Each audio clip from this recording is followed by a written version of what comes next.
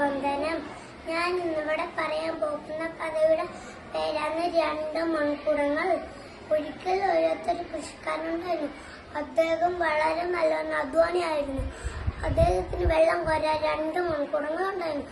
എല്ലാ ദിവസവും പുഴയിൽ പോയി രണ്ട് മൺകുടങ്ങളിൽ വെള്ളം നിറച്ച് വീട്ടിലേക്ക് കൊണ്ടുപോകുമായിരുന്നു. ഒരു ദിവസം കൃഷിക്കാരൻ വെള്ളം കോരുന്നിടയിൽ ഒരു മൺകുടം പൊട്ടി അതിന് വിള്ളലുണ്ടായി. അതിനുശേഷം ആ കൃഷിക്കാരൻ കോരിയെടുക്കുന്ന വെള്ളം മുഴുവൻ ആ വിള്ളലിൽ കൂടി പോകുമായിരുന്നു. വീട്ടിലെത്തുമ്പോൾ അരക്കുടം വെള്ളം മാത്രമേ മിച്ചമുണ്ടായിരുന്നുള്ളൂ.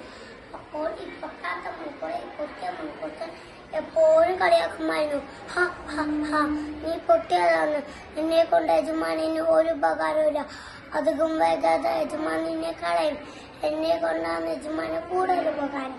ഇത് കേട്ടപ്പോൾ പൊട്ടിയ കുട്ടിന് ഒരുപാട് സങ്കടമായി. പക്ഷേ ആ കൃഷിക്കാരെ ആ പൊട്ടിയ കുടത്തിനെ കളഞ്ഞില്ല.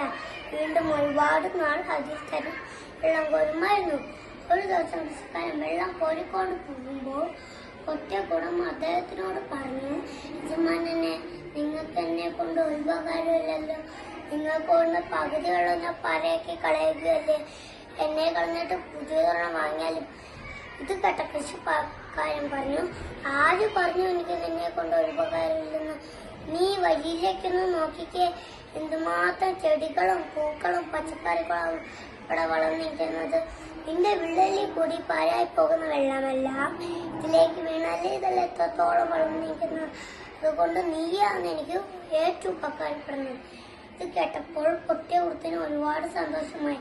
ഇതെല്ലാം കേട്ട പൊട്ടാത്ത മൺകുടം കാണിച്ച് തലകുനിച്ചു.